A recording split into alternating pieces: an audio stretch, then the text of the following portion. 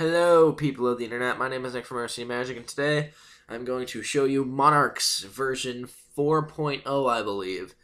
This deck is going through so many iterations because of all of the regionals that are going on, except in Michigan, because they're a bunch of dicks. For the few subscribers who do not know, I am a Michigan-based YouTuber, and all the regionals I go to are in Michigan. I am taking a driver's training class, so once I turn 18, I will be able to have my full license, and I'll be able to start going out of state, and I'll be able to go to the Ohio regionals, I'll be able to go to the Wisconsin ones, I might head to Philadelphia for Nats, I'm assuming we're having one more regional before Nats, so if I go to this regional with Monarchs and I top, hopefully I'll be able to go to Nats, because that'd be cool. I would want to go to Nats. That'd be sweet. But anyway, into Monarchs. Triple Erebus. This is the best Monarch in the deck. I have said that every video. I'm going to continue to say it. Best card in the deck. It's a non-targeting on-resolution spin effect on a 2800 body, and you contribute summon it by tribute summoning a tribute monster. That's dumb. This card is amazing. I would play 6 of these and no Ethers, but because I can't, I'm playing the 3 Ether. I'm playing 3 Ether because if I see Ether, I can immediately summon Erebus.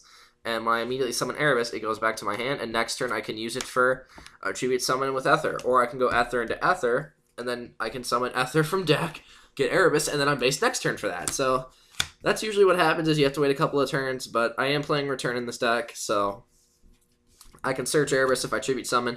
This is kind of Erebus Turbo. It's not really Erebus Turbo. And it's also kind of a hand looping build because of the one Thestalos in the main deck. I'm maining Thestalos mainly because, well, A, I have him. And B, when you go turn 1 Thestalos,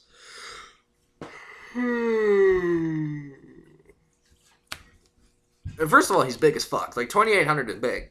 Secondly, you get to just look at your opponent's hand and take whatever combo piece is in their hand. So if you're playing against Cosmo, you can take their Dark Destroyer, you can take their Slip Rider, you can take Farm Girl or Tin Can or whatever the fuck you want. It's really good in the mirror. Most of the time you set this out, but I'll get to that once I hit the side deck. But you can start looping Erebus with Thestalos, or Aether can summon Thestalos, Aether can summon Erebus, and you can start looping your hand that way with Return, and Erebus' graveyard effect to keep getting back Thestalos. So, I'm not going full on hand loop because that makes the deck very inconsistent. You have to hand loop your opponent turn 1 or else you have no plays. So this gives the deck versatility and consistency in my opinion, and it's working out very well. I'm only playing 1 Kuraz because I hate drawing this card, and I only have 1 super rare, and if I were to get a second one, I'd get a super rare, and there's $10 still, and I'm broke, so I'm only playing the 1 Thestalos. Well, 1 Kuraz. It's nutty in the mirror match. It's nutty as fuck in the mirror. Start popping stuff, drawing cards. It helps you with your brick hands. And then the last Monarchs are Majesty's Fiends, 2 of them. I was going to play 3, but 3 clogged like a fucking bitch, honestly. I hated drawing multiple Majesty's Fiends because I wouldn't be able to tribute summon all of them. Sure, you can get 2 Majesty's Fiends on board, but they don't do anything. The redundancy is there. all you need is, Majesty's Fiend March, or Majesty's Fiend Domain, or have all 3, and you'll just win the game. That's it for Monarchs. I play 10 quote-unquote Monarch cards. So 25% of your deck is tribute summon monsters. The other 75% is getting to that. Double Edia. I hate this card, really. If I could play none of it, I would. But I still need tribute fodder, which would mean that either I have to go to Super Quantums, or I have to play, a slow token route of the deck, which I haven't tried that yet, but it seems awful because all the token cards suck. So double Edia, 1 Mithra. This leads to your hand looping plays, where you can special Mithra, give your opponent a token, activate domain, make your Monarch 6, tribute it, tribute off the Mithra for the Monarch as your normal summon. Mithra floats with an extra normal summon, so you contribute the Erebus for the Thestalos, get another card out of your opponent's hand, and they're still locked under domain. So it really helps out in that matter. And so, yeah. Then I play 3 Eidos because this guy is a boss-ass bitch. He floats a lot, and he can get stuff out of the graveyard. So you can banish him in Tiger either Edia or Mithra. If you target Mithra, you can special tribute her off for, like, I don't know, a Kuraz, and then you can tribute off the Kuraz for a Monarch if your hand was bricky. So Eidos can lead to you getting off plays that you shouldn't be able to get off, and just lead to you going nuts turn 1. That's it for the monsters. I played 16 monsters in the main deck. I don't think the main deck configuration is going to change. I just think that the side deck is the really going through processes, because 1 minute you want to out one deck, and then 1 minute it falls off the map, and then it's back, and you never really know what you're going to see at events. Because for those of you who don't know, the locals that I go to, or that I used to go to, got canceled because they weren't making enough money. And the other locals near me is 40 minutes away, and that's on Tuesdays, and I have driver's training on Tuesdays. So I can't really... I could go on Fridays, but Friday is F&M, and I always go to F&M because I actually like Magic. I hate this game. But there really is no Saturday locals that I can go to test this deck, so I'm really doing it online. But because I'm so busy, I can't really test. So this really comes down to what I see on regional reports and what I read on, like, forums and shit. And my little own Bruce, I think would be good. Anyway, 3 upstart for consistency. I hate the chicken game build of this deck because if you open chicken game, that's great. But then, 1, it gives your opponent the ability to use cards. And 2, oh, come on, I don't want to go anymore.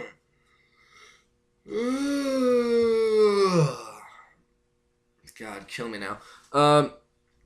I don't like chicken game because I don't want to give my opponent cards. I also don't like it for the fact that it means that I have to run terraforming, and it doesn't do dual purpose. All the cards do dual purpose. This really doesn't. It's just kind of there for consistency, and, like, if you draw too many, you can, like, set them as bluffs. Or, like, if you have your opponent set for game next turn, and you don't want to give them 1,000 because it'll ruin the chance for game, set Upstart as a bluff, and they'll go, like, Twin Twister or something on it, and it makes their Twin Twister worthless.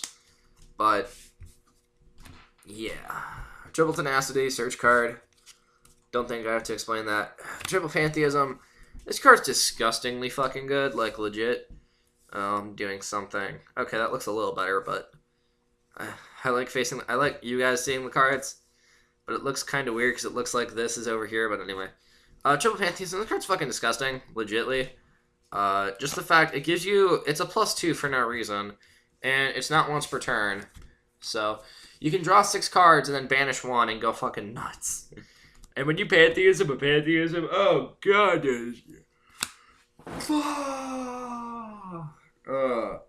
what you gotta do is I hate life. Triple Domain, we're playing the Domain. I'm playing the Domain version of the deck. I hate the Reasoning build,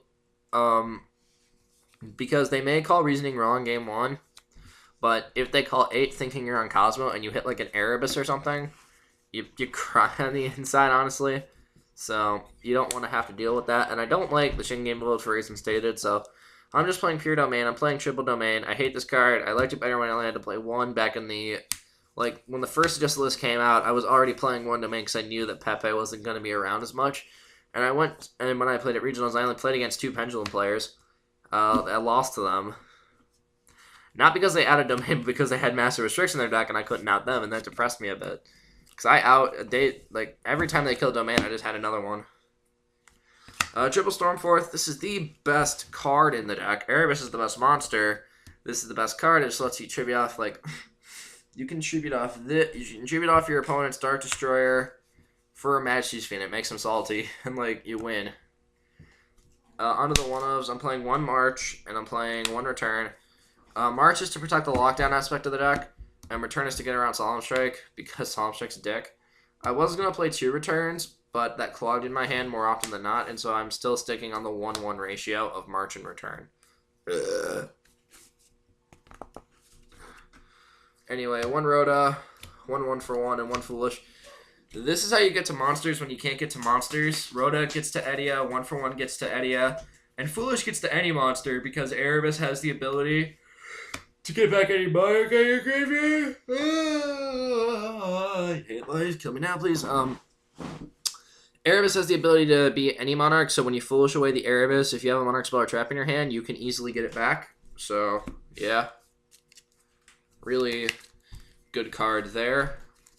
That does it for spells, and then for traps, 3 Prime Monarch and an Escalation. This is pretty standard among Monarch players. You're not really going to see much variance with these.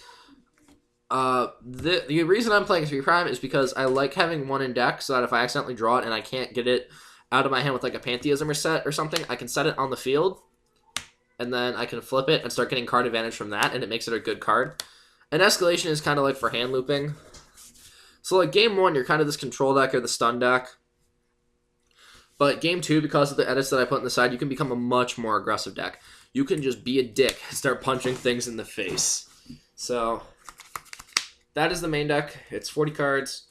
Again, not much has changed. I mean, I guess I would try Reasoning and Super Quantums, but to me, like, I'm not spending $100 on an engine that I'm probably not even going to like. So fuck that. And I'm sorry this is a long video. This is kind of an in-depth talk on Monarchs here. I'm trying to do that because I want you guys to know why I'm playing these cards and why I think they're good. I also want to hear your thoughts and see...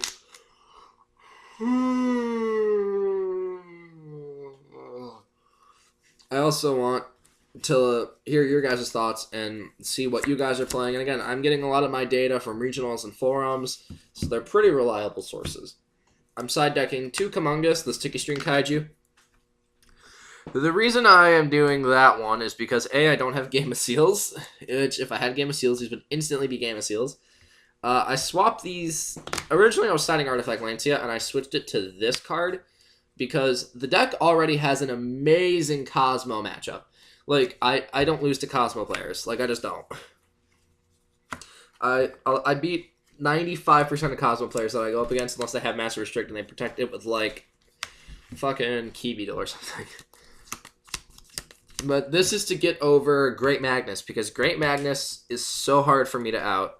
Like, I could try to summon a Monarch and get to 36 with Domain, but they could just shuffle the Monarch back with Magnus, because they'll have at least 3 materials. Note to self, don't make fucking deck profiles anymore. But this is just to out problem stuff, mostly Great Magnus. I also sided in against Infernoid, because when you give it to an Infernoid player, they mostly only get 1 Infernoid. And so you can, if they have, like, a Deviati on board, you can give them the Kamungus, and then you can, like, Stormforth, because this is a tribute summon monster. So you can tribute off the Kamungus for an Erebus, and you can have your plays go off that way.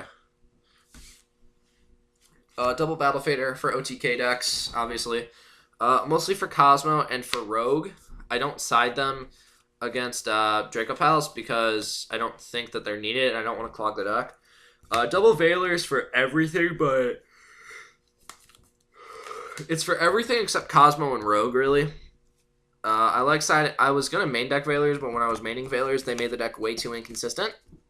And so I've just decided that game 1 I'm gonna play control tempo deck, turbo deck, get my cards, lock you out of playing, and then I can finish off the game with big beat 6. And then game 2, I'm just playing this total aggressive deck where I'm just playing a few cards to stop you from playing Yu-Gi-Oh! And these are the cards to stop my opponent from playing Yu-Gi-Oh! When they P-summon 5, you can just negate something. When they go for an Ignister, you can negate it. When they go for Pendulum Sorcerer, you can negate it.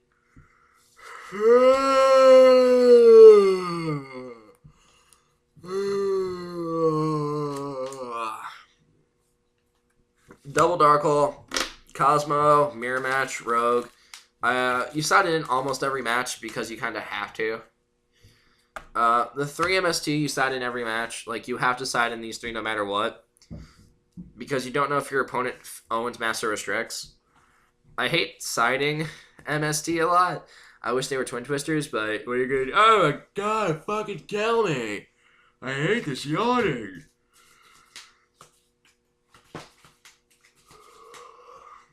One Book of Moon for Burning Abyss, PK Fire, the Mirror Match. It's just there, honestly. You don't really need Book of Moon, but it's just, I like it. Again, Burning Abyss, PK Fire. You can also use it in the mirror to put their monster face down, so like if they have Domain, they're not going to beat over your Monarch with their Monarch. You can run over their Monarch, and you'll be fine. Double Trapstone. I was debating about taking this card out of the deck, but I couldn't bring myself to do it. This card is way too good. you know, the fact that you can set it on, if they make it go first game 2, which they most likely will, you can flip this. Fuck. I'm so sorry, guys. I don't know why, but every single time I do a deck profile, I yawn. Every single time. Am I really that boring? That's why I got 30 subscribers. Anyway, Double Trapstone. I like this card. It's really good. You play it turn 1, and then when they set 4 pass during your draw phase, you flip it, and you can go off and you win. Or you can just blank a Master Stroke for 1 turn, so you can get like a Master's Fiend out, and then they have to out the Master's Fiend. But if you have March, they're not going to be able to do that. And then the last card in the whole deck is Solemn Warning, because Solemn Warning is amazing. Negate a Pendulum Summon, negate anything. You can negate like Soul Charge, Call the Heart, stuff like that, so that's why I'm side decking Solemn Warning. And I also didn't have room in the main deck, so. Anyway, guys, that is my version 4 of Domain Monarchs. I'd love to hear what you guys think of it in the comment section down below. You know, give me thoughts, give me feedback. What do you think I should play? Again, what should we play at the regional? I'm open to anything and everything at this point because I want something that will give me a chance to top. And so far, this is looking good. Like, I went 6-3 last time with Monarchs, so maybe we're going to go 8-1 this time, and we're going to get that damn invite. I'm Nick from Rosity Magic. Thank you guys for watching, and I'll see you guys next time.